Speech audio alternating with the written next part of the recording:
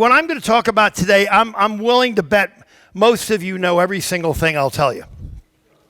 It's about electric cars. They are one of the stupidest things ever to come down the pike. And you all know why, but I'll give you 20 reasons why. And you'll remember most of them because they're common sense.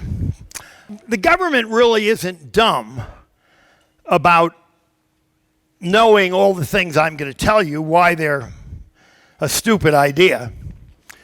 But they really know the whole idea is a way to reduce freedom. I mean, think about it. They get everybody in electric cars. Their idea is to control all the energy. They would be able to tell you how much energy you could have. Now they're telling you how many miles you can drive. I mean, that really is the intention. It can't happen, of course, but that is the intention. Now, I'll give you a number you can take to the bank. Never, ever, ever can there be 10% of our cars on the road electric. Not an opinion, not a guess. Physically impossible for 10% of American motor vehicles to be fueled by electric. Again, by the end of the talk, no one will disagree with me. Did I just change? Oh, I think I pressed this by mistake. Yeah. There is insufficient electric power, and I'll show you exactly how much power there's available in the United States. But that's the biggest reason. There is insufficient electric power available in this country to fuel. Now, how many of you have an electric car? Okay. And what's the farthest you ever drive it? Yeah. Oh, and how often do you stop to charge? Every 250 miles. And how long do you have to stop? Right. Okay. So your miles per hour drops dramatically. I'll go over that. The point being, if you travel a lot, an electric car can't be your one car. It can be a second car. I think if I could afford a Tesla to run around town, I can't. No, I couldn't. $100,000 just is ridiculous. But what kind is yours? A model. That's the 40,000 or 50,000 model, right?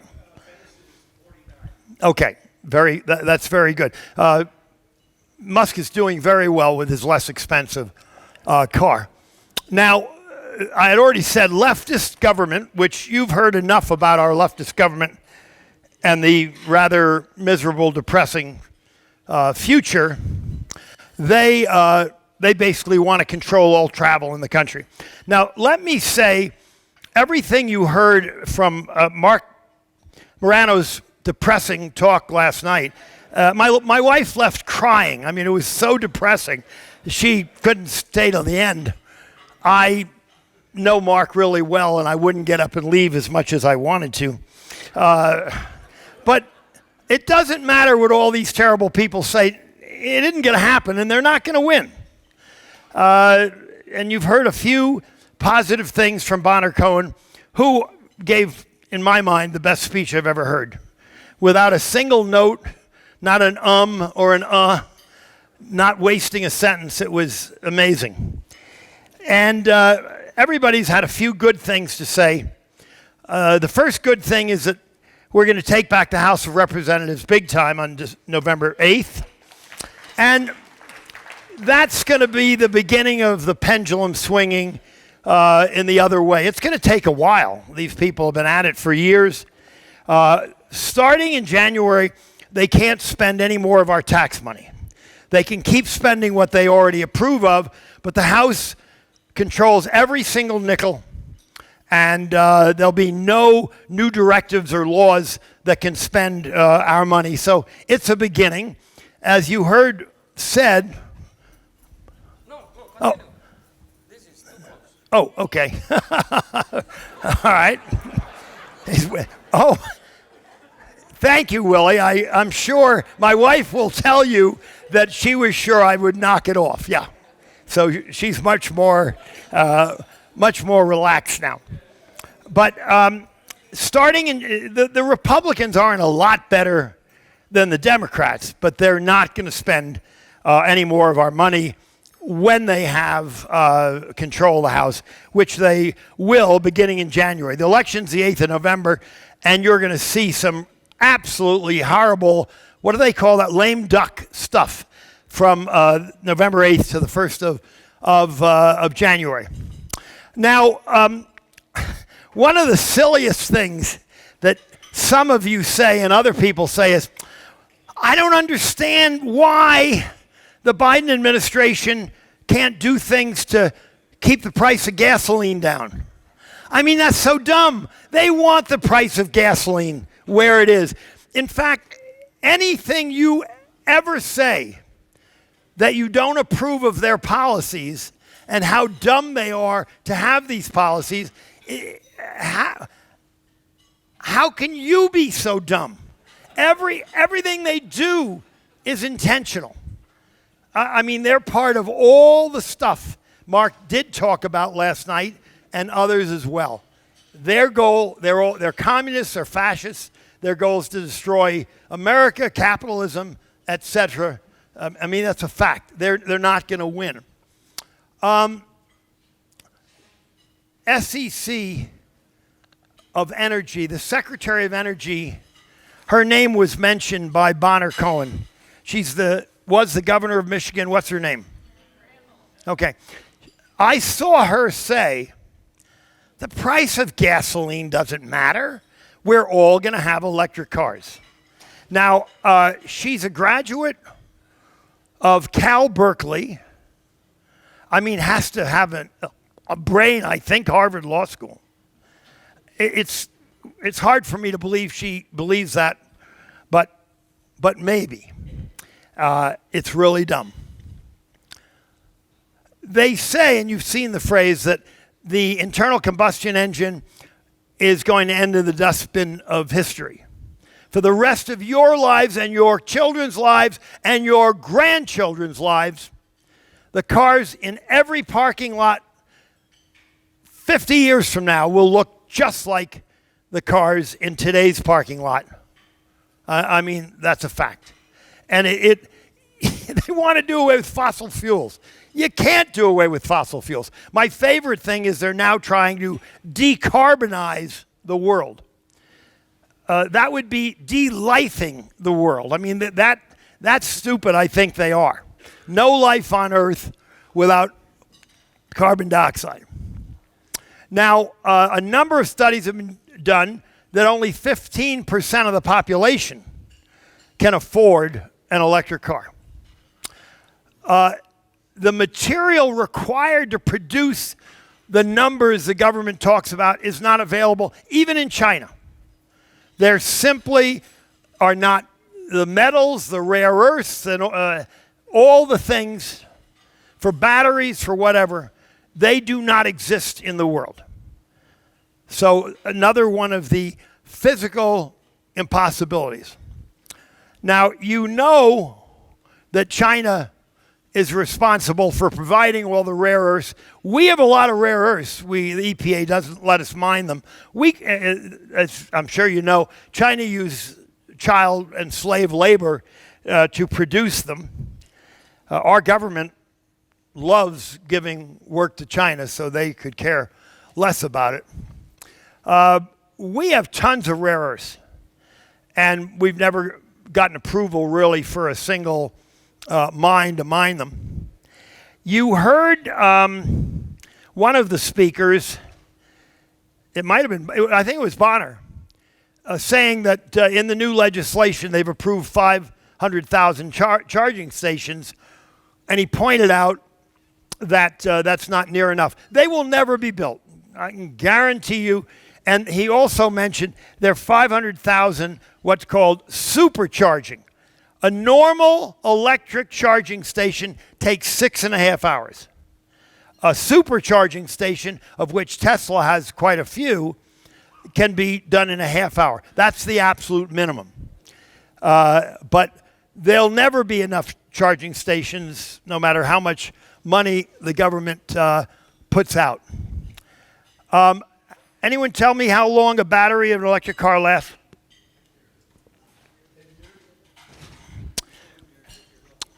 Uh, 5 years normal, 6 if you're lucky, not even 7. And you know how much battery cost? No, I don't. What? 10,000. Well, the Tesla battery's 10,000. I don't know how any of the other manufacturers can do a lot better, but incredibly expensive. Now let's talk about Elon Musk. There's a friend in the audience. There he is. It's 5 years ago. I bet him dinner in the finest restaurant in Las Vegas that Musk would be bankrupt in 3 years. That gives you an idea how smart I am. He got the dinner, but I then decided I had studied Musk so much that I would write the unapproved biography of him. And I haven't done that yet. But I truly believe he could be the smartest person on the planet. And don't ever worry about Tesla. No matter what, he'll make it work. Did I say? His stock price is nonsense. The normal way they judge stock, Tesla's stock should probably sell for $120. Anyone know what it is now? It's over 900. But why is it 900? Because people correctly have faith in him. And they're right about that. Nothing he does is going to fail. He really is that smart. Tesla will always figure it out. I mean, he's gamed the... Do you know he makes more money selling carbon credits in California than selling cars? So he knows how to make it work. You've all heard Biden and Newsom say we're going all electric. Newsom, the governor of California, and Biden. It's all talk, and as you see, as I go on and on, it cannot ever happen. And here's the real numbers. Lawrence Livermore in California is probably the major energy laboratory of the Department of Energy. And they have calculated within the past year that we have available 11.4 trillion kilowatt hours of electricity. That's what we're using. That's what's available. All the different grids, the East grid, the West grid in Texas. If we were to electrify every car in America, that would take 8.5 trillion kilowatt hours. They don't exist. So when I say there can't be more than 10% electric cars, it's just not an opinion. It's absolutely a fact. I doubt if they'll even get to 10, but it's an easy number to grab on. There's an infinitesimal amount of electricity available from wind and solar. It comes to 0.7 trillion kilowatt hours. Now, we just heard from one of you with an electric car that he can go 250 miles. Tesla's pretty strong about being able to go 270 miles, 4.5 driving hours to go that mileage. And if there is not available a fast charger, it's 6.5 hours. And now his average speed is 25 miles per hour. I assume you do not have range anxiety, because mostly you're local and you know how far you can go. Okay. And there are quite a few people with electric cars that know what its capability is. Right. Okay. But the average person, I mean, we know that range anxiety is a huge problem for most people with electric cars, which stops them from going very far. Now, they used to sell on miles per gallon, and they don't anymore because all of the manufacturers have increased the distance the car will go, and they've increased it just by putting more batteries in it. And the weight of those batteries has taken away any advantage they once had in miles per gallon. So if you see an electric car advertised, I doubt you will see anything about mileage being an advantage. Now, one of the interesting things about all the manufacturers selling electric cars, they act like the electricity coming out of the wall plug is free. And it's not free. And I will be willing to bet you that before too long, when you pay for your new license plate, there'll be an electric car charge on it because you're not, paying the charge on gasoline. So that's coming. As you can see from the two pictures, they're really coal cars. My favorite cartoon, and all of you are old enough to remember Alfred E. Neuman, What Me Worry. I think he played a bigger role in my life than any adult I can remember. I doubt if I would have 1,481 skydives if it wasn't for Alfred Neuman. As I sit in the door and I start to leap out, I pretty much say, "What me worry? I'll get there." And interesting, I'm a very accurate skydiver. We have contests to hit a target. When I was a young jumper 40 years ago, I jumped with the Army Golden Knights. And every jump you have someone sign your logbook, and I went to one of the Golden Knights and I asked him to sign my logbook, and he looked through the different pages and he got to the empty page to sign. He said, "You only have 50 jumps. That's not many. And yet on every log page where it says distance from target, you wrote dead on." And I said, "Everything is relative. My target is Earth."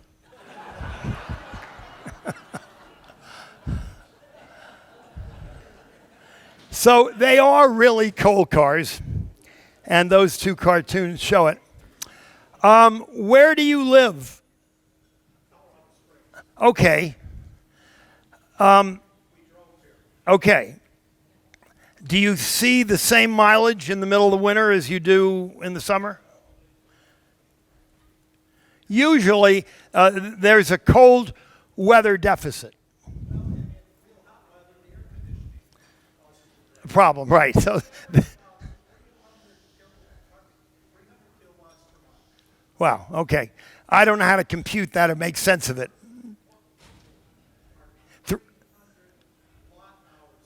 Okay.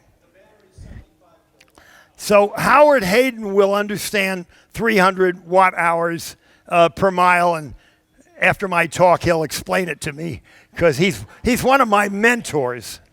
If I have a problem with all the equations that he showed us, I call him any time of day or night, and he solves my problem. Now, California is planning for 25 million electric cars. Right now, they have 50% of all the electric cars in America.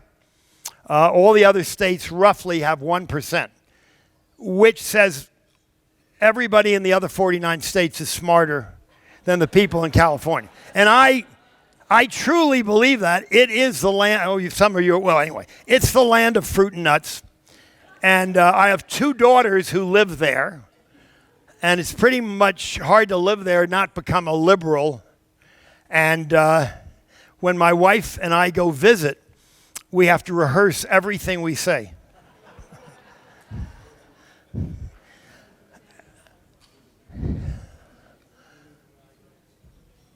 Now, the charging capacity at each station is interesting.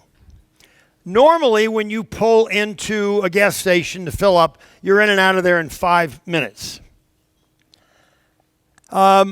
A major gas station gets 2,000 cars in a 12-hour day. And if all those cars were electric, they need 650 watt chargers at a cost of $24 million. That isn't going to happen. The used car market, the average car in America on the road is 12 years old. And if it's an electric car, it's on its third battery.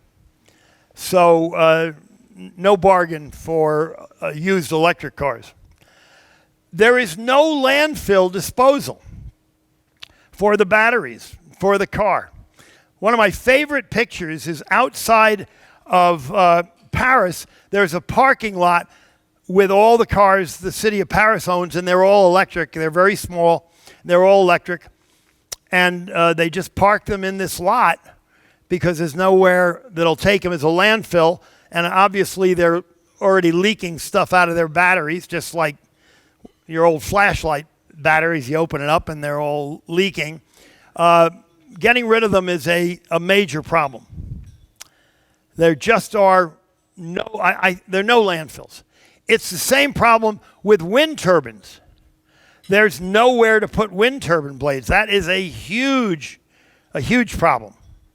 I guess I could say the same for solar cells. I mean, all this stuff, when it's out of its useful life, they do not have decent places to get rid of them.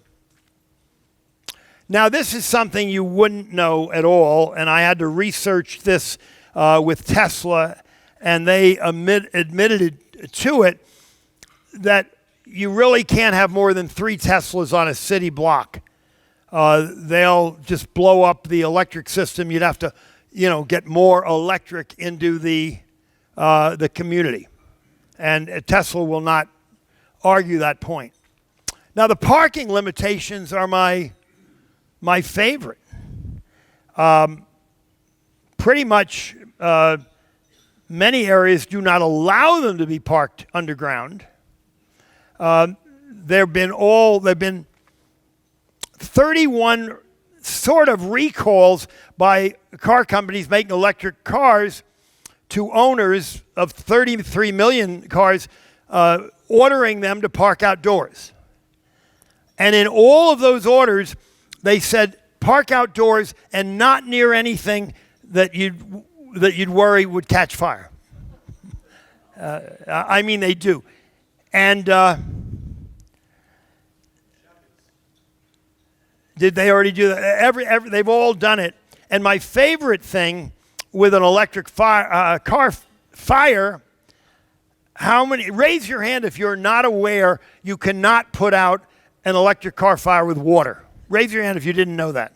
Now you know that. You cannot put it out with water. And we have firemen in our family. You just got to let it burn. Try to not let it catch anything else. You got to let it burn. They are a huge fire hazard, a very major fire hazard.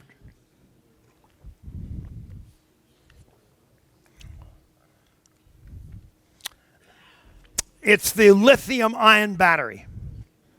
You've all read about the planes that had a problem. Couples had to land because the lithium-ion batteries they were carrying, which they don't allow you to carry anymore.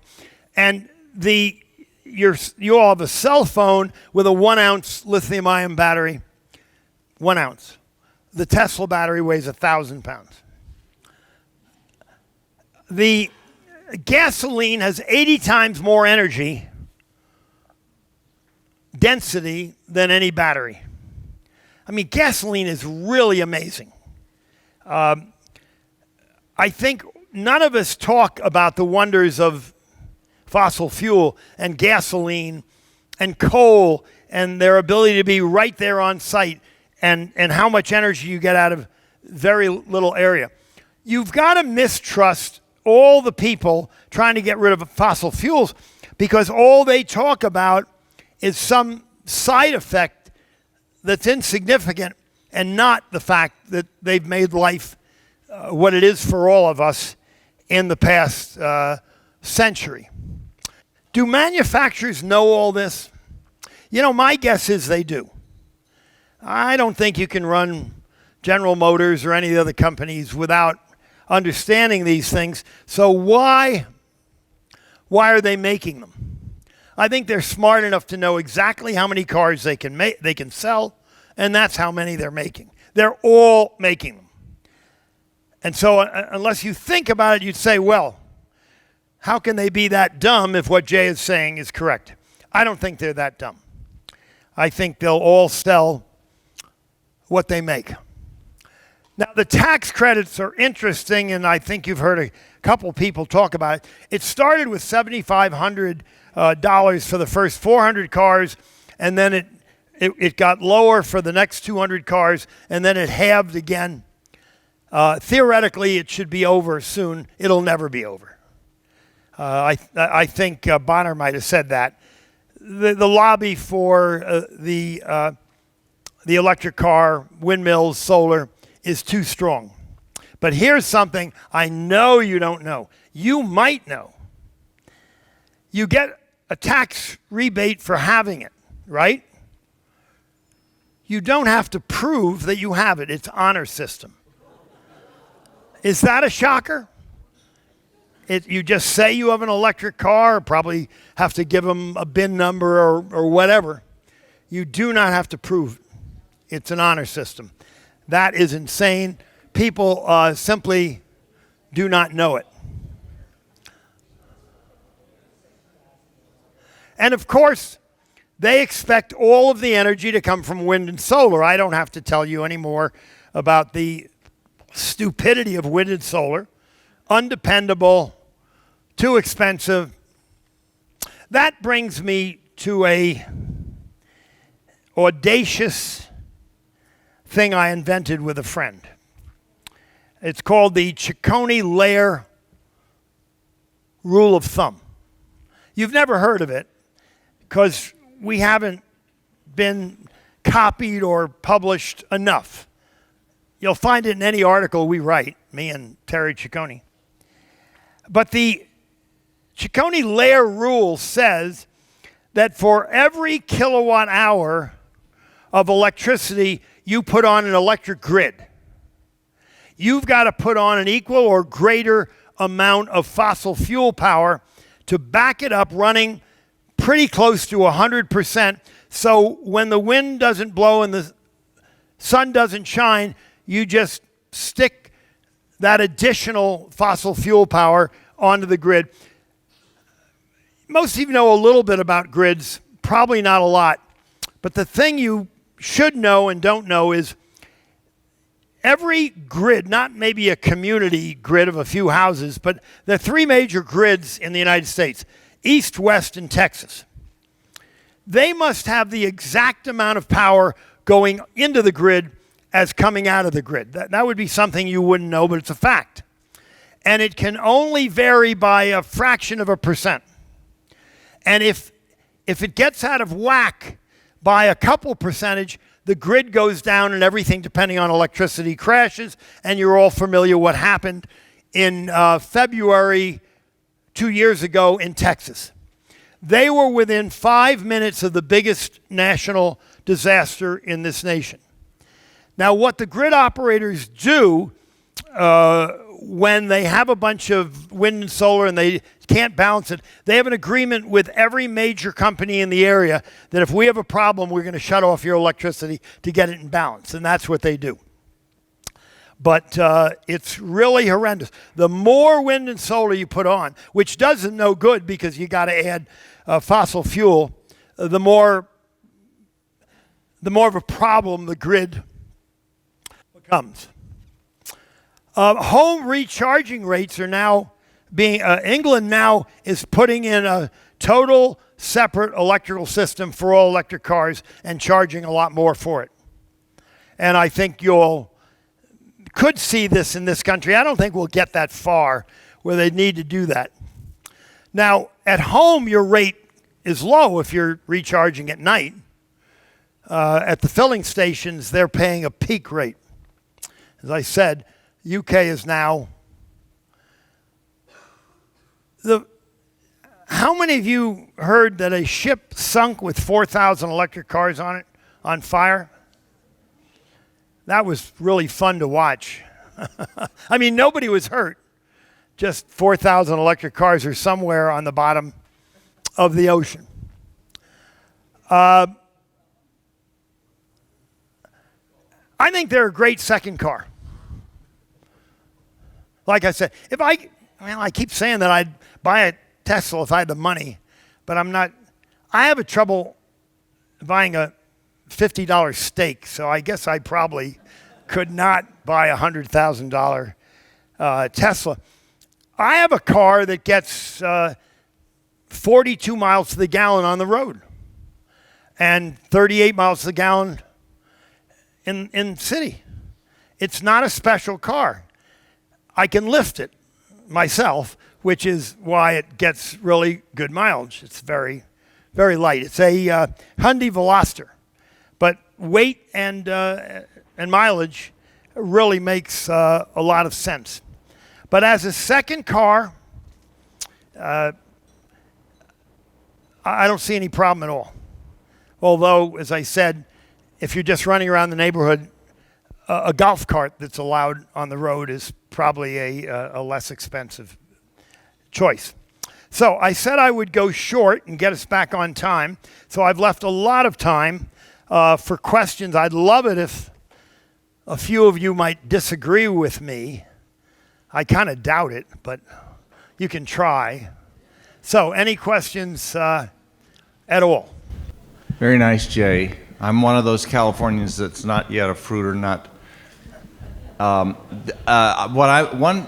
aspect of what I'm going to be doing, especially before the election in California, is going to car dealers, and I've got some other people who are going to do this. We're going to go around the different auto rows in Los Angeles and try to convince the dealers that there are the kind of problems that you're stating in this talk.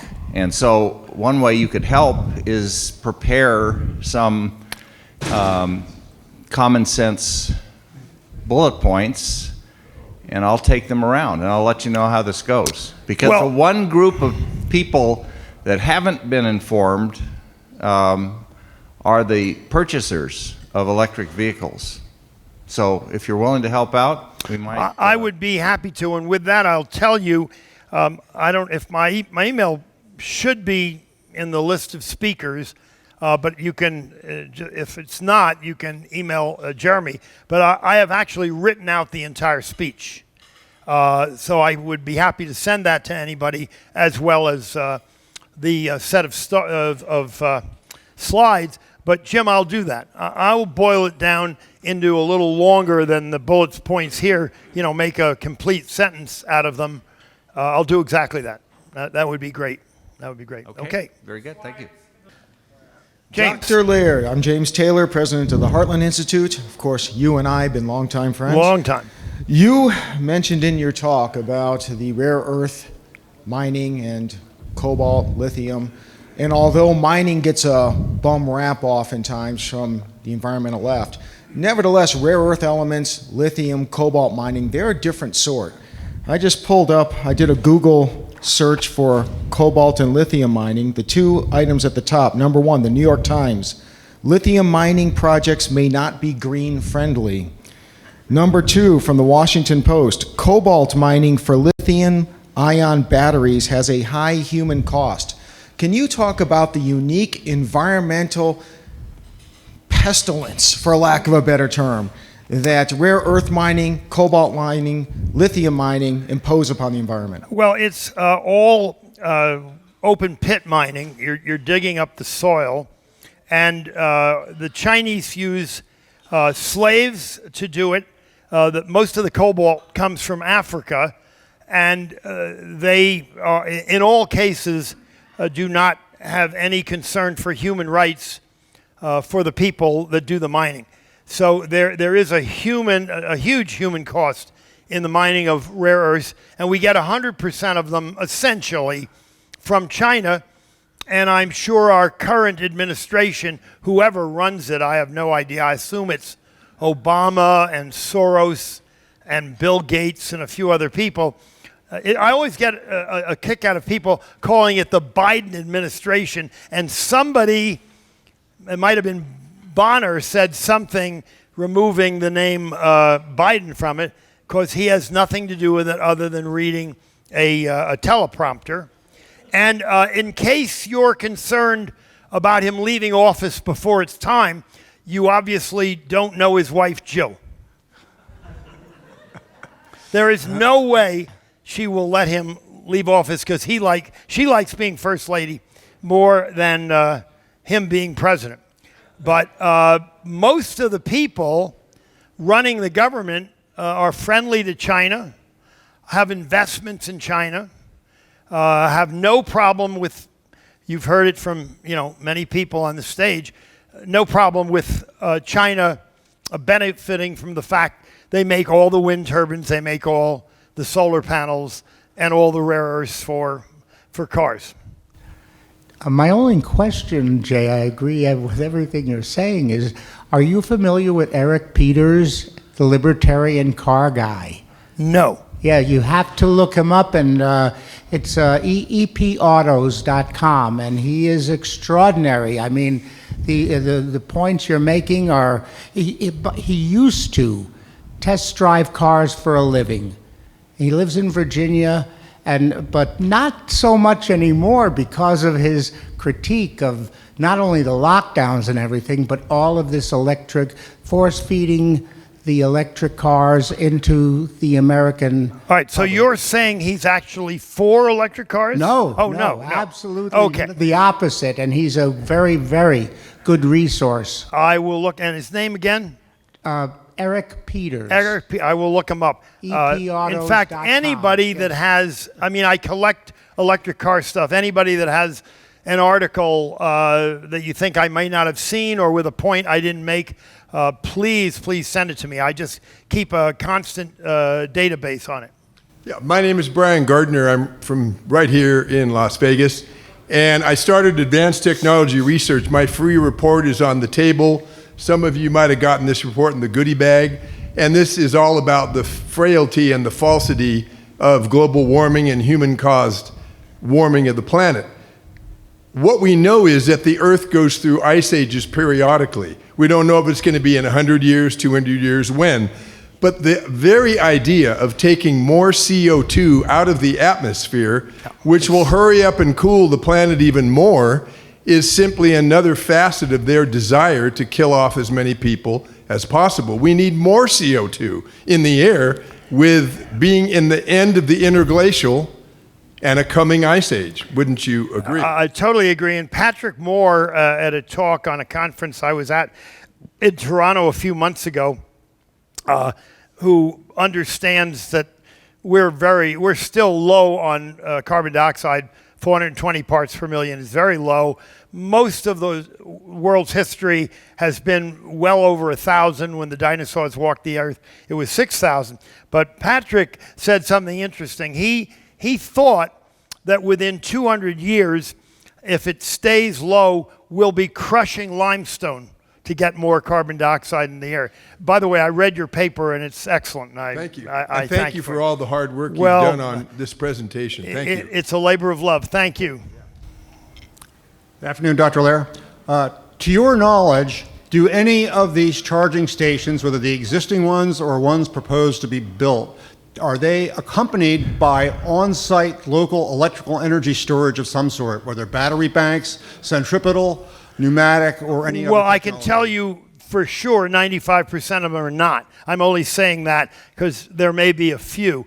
And, the fact that people talk about battery backup, for a wind turbine or a solar thing, it's the stupidest thing in the world.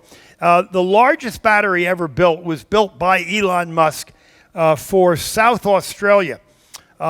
He said if he could build the battery that was 100 million kilowatts, in 30 days they would give him $50 million. He did it, and he got his $50 million, and the full charge on the battery lasted 30,000 homes 4 hours. And that's pretty much the battery story. So I had a colleague who went to work for Tesla probably about a decade ago, and he bragged on Facebook about a new charging station opening up somewhere. So I asked him the question, does that charging station have any on-site local battery storage associated with it? And his answer was, and I quote, I have no idea. The only thing I know is that Elon said that charging would always be free.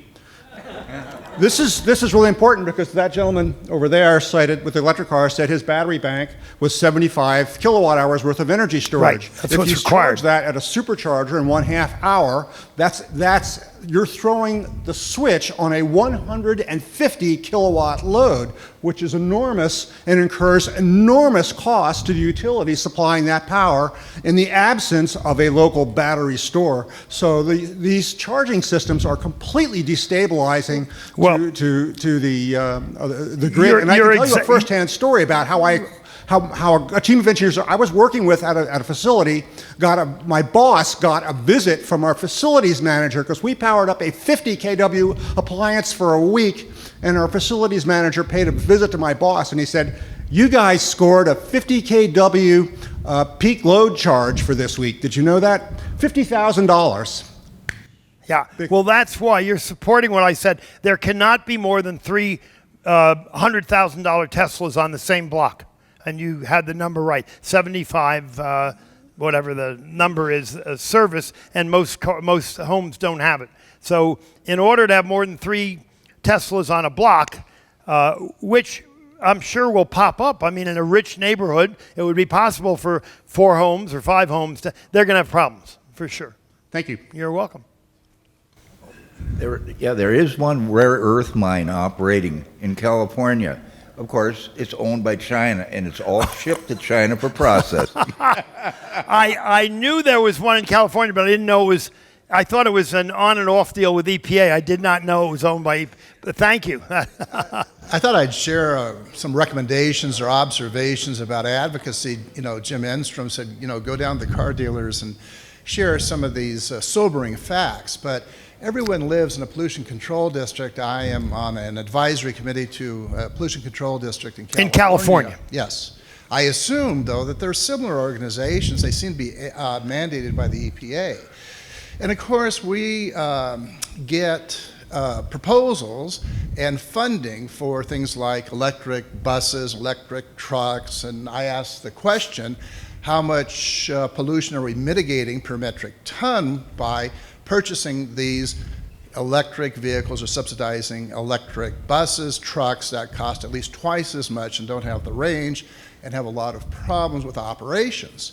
And the official answer, like for NOx, is $275,000 per metric ton over 10 years. So that's over $2 million to mitigate 1 metric ton of NOx. No, there's no PM2.5 because they're clean. CO2 mitigation is a $10 per metric ton. Look, those numbers are astoundingly expensive and costly. Everyone here is probably lives in some type of pollution control district where they're using tax money for these types of adventures, and nothing points out the irrationality, regardless of your partisanship, whether you're a Democrat, a Republican, a Libertarian. It's money coming out of your pocket. It is a tremendous amount of money, and if you care about, you think that CO2 is a terrible problem, or NOx or SOx is a terrible problem, you don't pay $2.7 million per metric ton. So I think that is a practical way to bring some sanity, just like I said last night about the ESG. We all have good cause to battle electric cars for just what this gentleman said. Dick? As you know, Tesla has a very large battery operation outside of Reno, just east of it.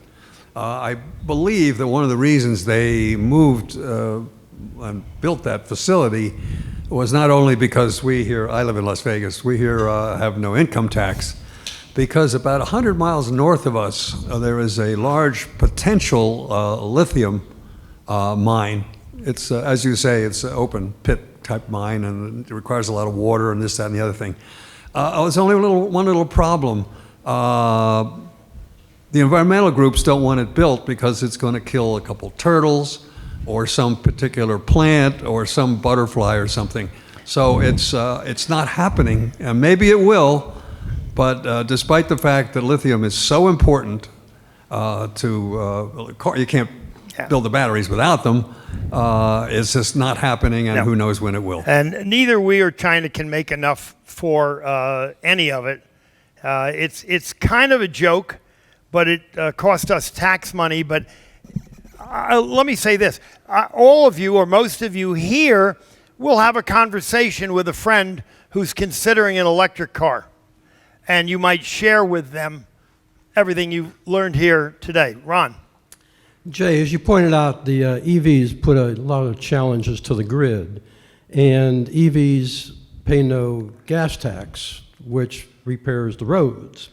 For your information, in the UK in June, a couple months ago, the rule went into effect. If you have a home charger, it must be programmed to not charge your car 10 hours a day during peak load requirements.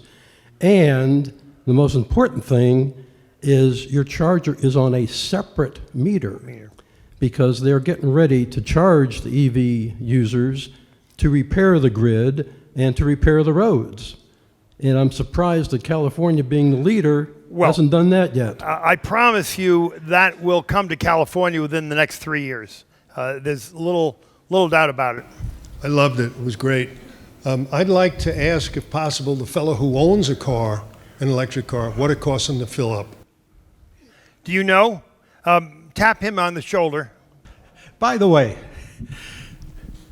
I'm very embarrassed by what the Biden administration has done to me and my electric car. I'm a nuclear engineer, spent 20 years in the power industry, hardcore libertarian. I bought and continued to subscribe to access to energy from day one. That tells you where I'm coming from. I'm a tech weenie. I love my electric car. It's been a great car to own and a great car to drive. Now, the question of cost.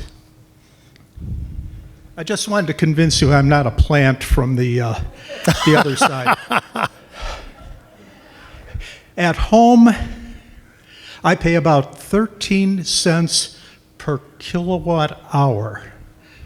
I think in California it's about 3 times that. But at home it's 13 cents per kilowatt hour.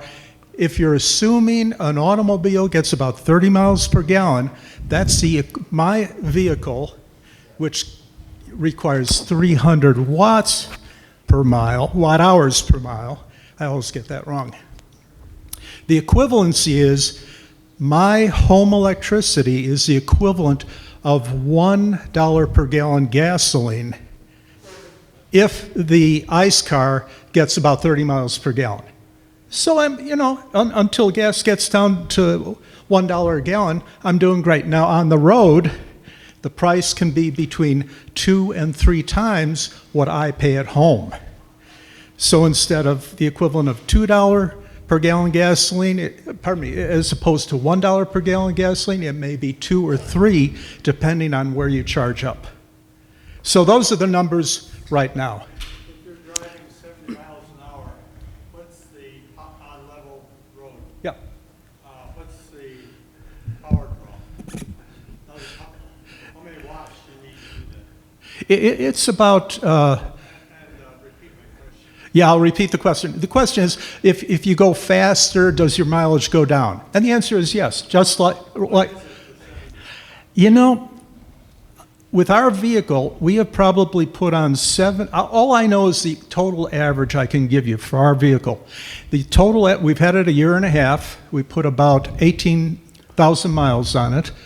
I would say 75% of my mileage is at highway speeds, and I'm kind of a lead foot. So we're talking 70 to 85 miles an hour. It definitely goes down just like a regular ICE car because it's, V squared. The wind resistance goes as V squared. So the faster you're going, the more air you're pushing, mileage really does drop. But I can tell you over that entire period, my average consumption rate is very close to exactly 300 watt hours per mile. What town do you live in? Oh, you said Colorado Springs. Okay. Colorado. Hey, enough. We're almost ready for our next speaker. Thank you all very much. If anyone has questions, just stop by and I'll be glad to talk to you.